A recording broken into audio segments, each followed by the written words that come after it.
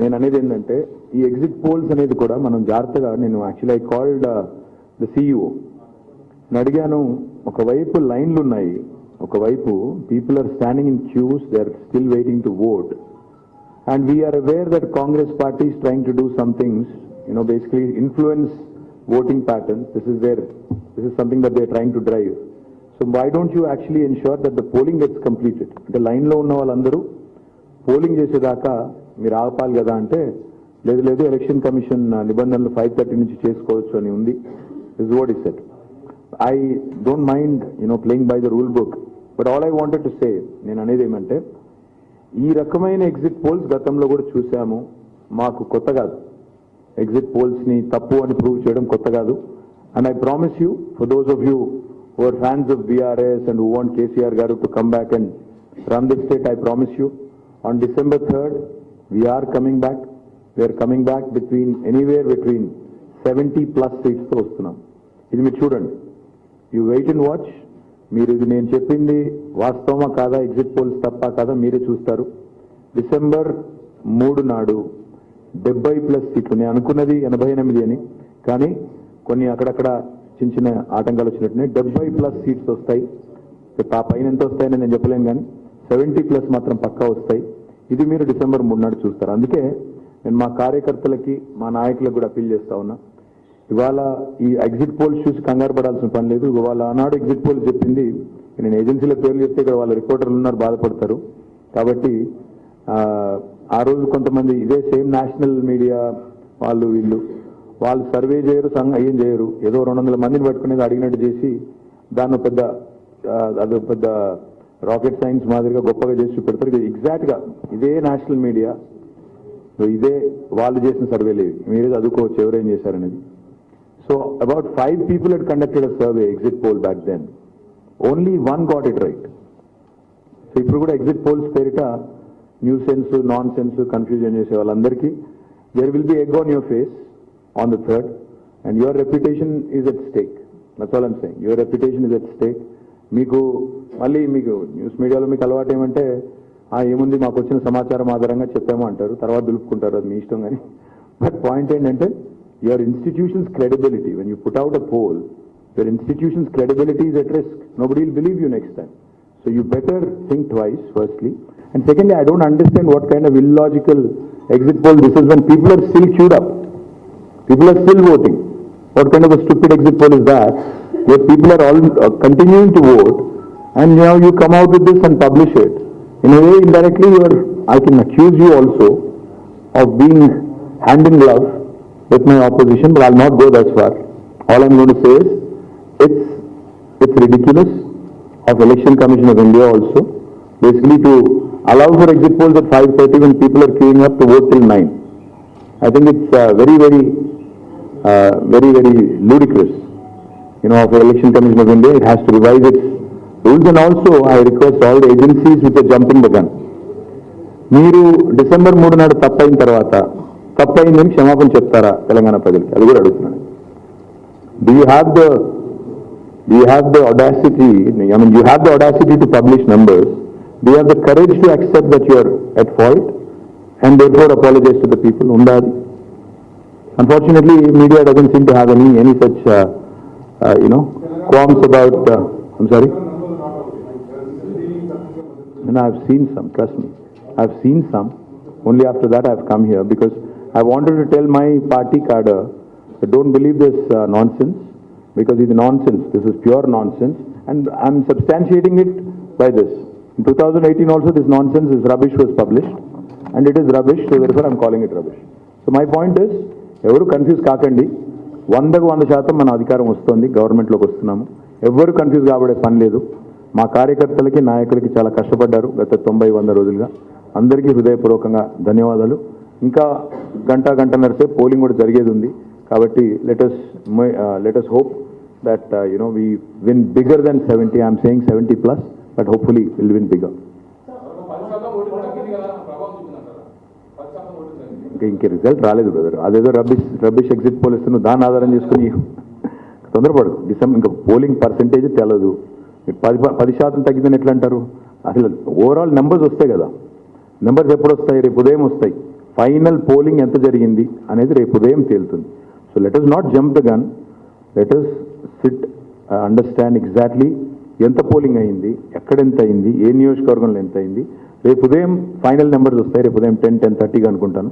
Once the numbers are out on what percentage of polling happened in which constituency, ఎక్కడ ఎంత జరిగింది అనేది, అప్పుడు మీరు సావధానంగా అన్ని అనాలిసిస్లు చేసుకోవడానికి ఇంకా 6 నెలలు 10 నెలలు టైం ఉంది.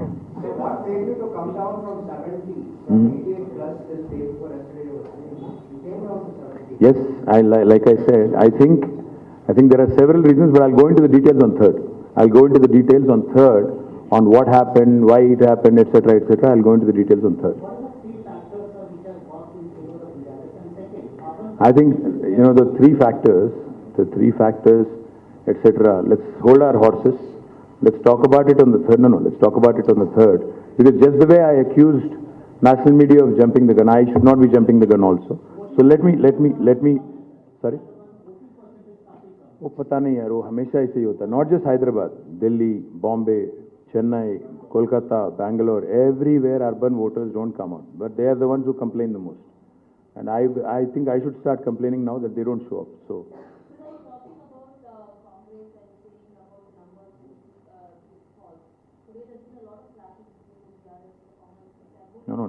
Nowhere did the Election Commission decide to hold a repoll, which basically means, by and large, it was peaceful. Whatever minor skirmishes were there, I think, those things happen in the heat of the moment.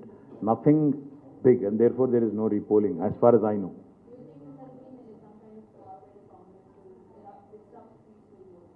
No, I don't think so. I don't think of it that way at all. Yes, there were incidents during the election process which were upsetting, like one of our candidates got stabbed, one of our candidates got, pelted, stones pelted against him.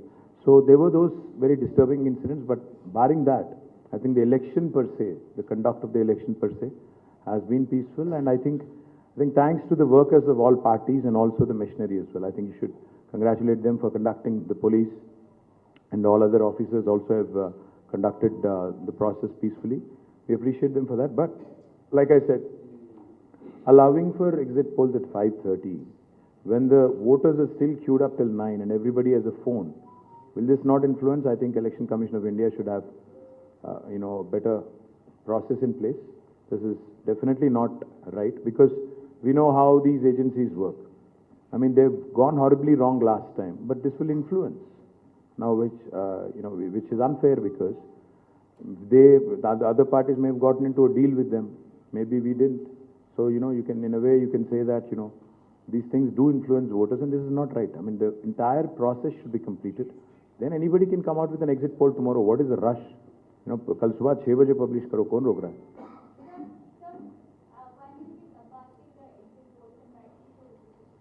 I'm glad you said rightly so.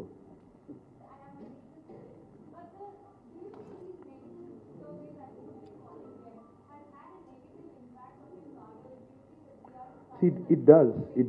What you have to understand is it does affect the morale of the cadre, because what happens is, almost all these media agencies make it look like it's sacrosanct. It could have been a figment of somebody's imagination, for all we know.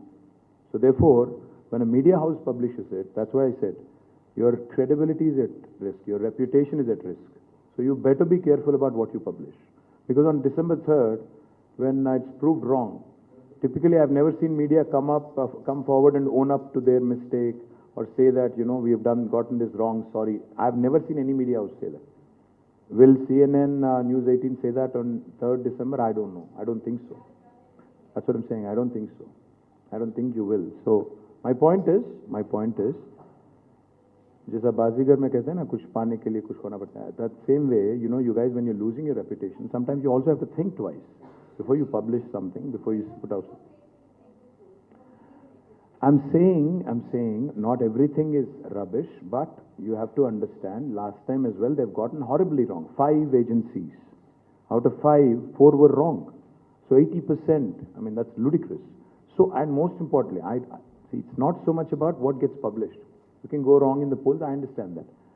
But the process is still on, the polling is still going on. Inka polling nadustondi, ikkada dikmalna survey lesi influence chesetatu cheste, that's wrong. That's definitely not appropriate, is what I think.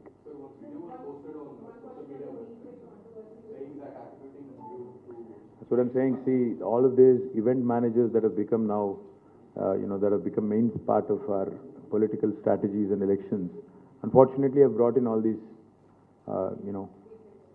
not just deep fake, but all these different elements which are hitherto unknown to us in politics. వీళ్ళు తీసుకొచ్చిన ఈ కొన్ని ఏవైతే ఉన్నాయో సడన్గా చూస్తే అది అనని మాటలు అన్నట్టు చిత్రీకరించి కట్ చేసి ఎడిట్ చేసి మంచిది కాదు, ఈ సంస్కృతి మంచిది కాదు. And election commission I don't think is looking at any of these to curb these practices, because they also again can influence and definitely can create a lot of irritation for political parties, especially in the middle of a poll. So we need to, we haven't thought about it, but certainly I'll consult. Have we already? I think our General Secretary must have written it. I'm not aware of it. Have you written to ECI? Yes, so he has written to ECI. Hopefully.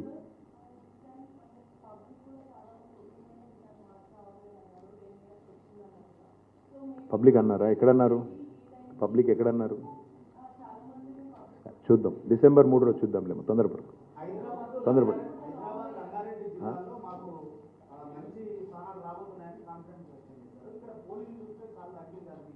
అంటే అట్లా కాదు కదా, pole ఎంత అయితే అందులో నీకు majority రావాలి, అంతే కదా. ఎంత పోల్ అయితే అందులో మెజారిటీ రావాలి, అంతే. పోలింగ్ తగ్గుతుంది పెరుగుతుంది. అల్టిమేట్గా పోల్ అయిన ఓట్లలో ఎవరికి ఎక్కువ వస్తే వాళ్ళు గెలుస్తారు, అంతే. నువ్వు 2 ఓట్లు పడ్డాయి, 3 ఓట్లు పడ్డాయి, 2 వచ్చినోడు గెలుస్తాడు, ఏముందల్లో. That's how it works. There is no minimum కదా. సీలింగ్ లేదు, దాని ఏమంటారు, ఇది కూడా లేదు, ఫ్లోర్ లేదు, సీలింగ్ లేదు. కాబట్టి 3 ఓట్లు పోలైనాయి అనుకో మొత్తం కాన్స్టిట్యున్సీలో, 2 ఓటుకు వస్తే వాడు ఎమ్మెల్యే, దానికి ఏం చేద్దాం? 2 జిల్లాలు కాదు, నేను చెప్తున్నాను కదా. Telangana we're winning. December 3rd you wait and watch. ఇప్పుడు ఒక్కొక్కరి థియరీలు ఒక్కొక్కటి. But what I'm saying is ఈ రకంగా ఎలక్షన్ కమిషన్ కూడా అలౌ చేయడం కరెక్ట్ కాదు. And I called the CEO. I told him, ఇది మీరు తప్పు చేస్తున్నారు, ఎందుకంటే ఆల్రెడీ ఓటర్స్ అక్కడ లైన్లో ఉన్నారు, మీరు ఈ టైంలో ఎట్లా చేస్తారు అంటే ఈ సేయింగ్ లేదు అది election commission of India guide lines అట్లా ఉన్నాయి. So maybe we should write to election commission of India and change it at least in the future. We can't do anything about it now, but at least in the future. అట్లాంటి సరే ఇంకోటి కూడా చెప్పాలి. నాకు కూడా ఒక ఎగ్జిట్ పోల్ ఎవరో పంపించారు ఇప్పుడే, 69 to 72 BRS ఇస్ విన్నింగ్. నేనేమన్నా అంటే I'm not going to trust that or this. నేను అది కూడా నమ్మను, ఇది కూడా నమ్మను. ఐ థింక్ మొత్తం పోలింగ్ అయిపోయిన తర్వాత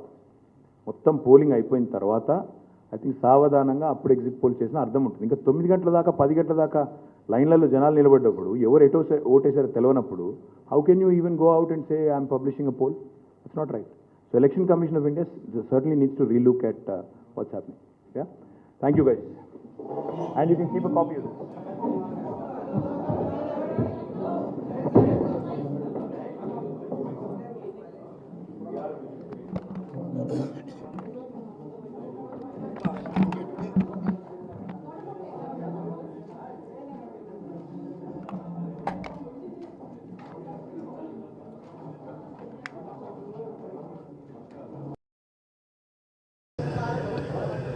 ఈ పత్రికా సమావేశంలో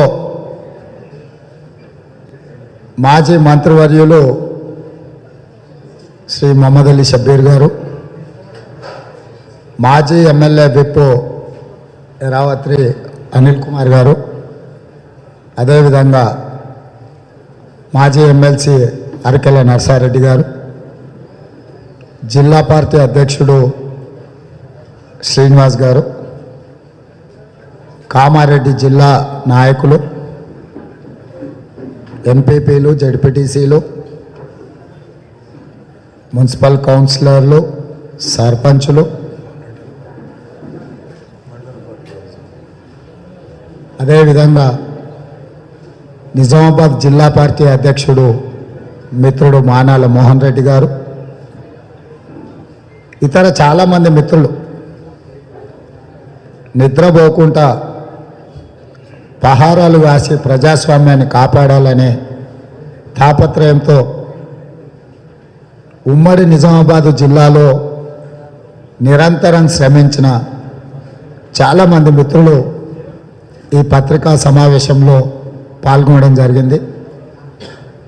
నాకు చాలా ఆనందంగా ఉంది. కామారెడ్డి శాసనసభ నియోజకవర్గంలో ఇక్కడ ఉన్న వాళ్ళందరూ కష్టపడి 10 సంవత్సరాల నుంచి తెలంగాణను పట్టి పీడిస్తున్న కల్వకుంట్ల చంద్రశేఖరరావును కామారెడ్డిలో దొరకబట్టి ఓడగొట్టినందుకు వాళ్ళందరికీ మనస్ఫూర్తిగా కృతజ్ఞతలు ధన్యవాదాలు తెలియజేస్తున్నాను. ఎందుకంటే సందర్భం వచ్చినప్పుడల్లా, ఓటమి అంచుకు చేరుకున్నప్పుడల్లా చంద్రశేఖరరావు గారు సిద్దిపేట నుంచి కరీంనగర్ పోయిండు, కరీంనగర్ నుంచి మహబూబ్ నగర్ పోయిండు, మహబూబ్ నగర్ నుంచి గజ్వేల్కి వచ్చిండు, గజ్వేల్ నుంచి కామారెడ్డికి వచ్చాడు. మా వాళ్ళందరూ ఇక్కడ వలేసి ఈరోజు కేసీఆర్ని ఇక్కడ ఓడగొట్టడం అనేది తెలంగాణ సమాజం చాలా చైతన్యవంతమైంది, తెలంగాణ సమాజం చాలా లోతైంది అని చెప్పి కామారెడ్డి ప్రజలు నిరూపించారు. ఎందుకంటే చంద్రశేఖరరావు గారు తనకున్న తెలివితేటలతో, తనకున్న అంగు ఆర్భాటాలతో, తను సంపాదించిన అక్రమ సంపాదనతో తరతరాలుగా ఆయన్ని ఎన్నికలను ప్రభావితం చేసి అధికారంలో శాశ్వతంగా కొనసాగుతాయని కలలు కన్నాడు. ఆ విషయాన్ని ఆయన్నే స్వయంగా నమ్మి ప్రజల్ని నమ్మించాలన్న ఆలోచనతోటి ఈ ఎన్నికల బరిలో వారు దిగడం జరిగింది. కానీ తెలంగాణ సమాజం అవసరం అనుకున్నప్పుడు చాలా వేగంగా చైతన్యవంతంతో వ్యవహరిస్తుంది.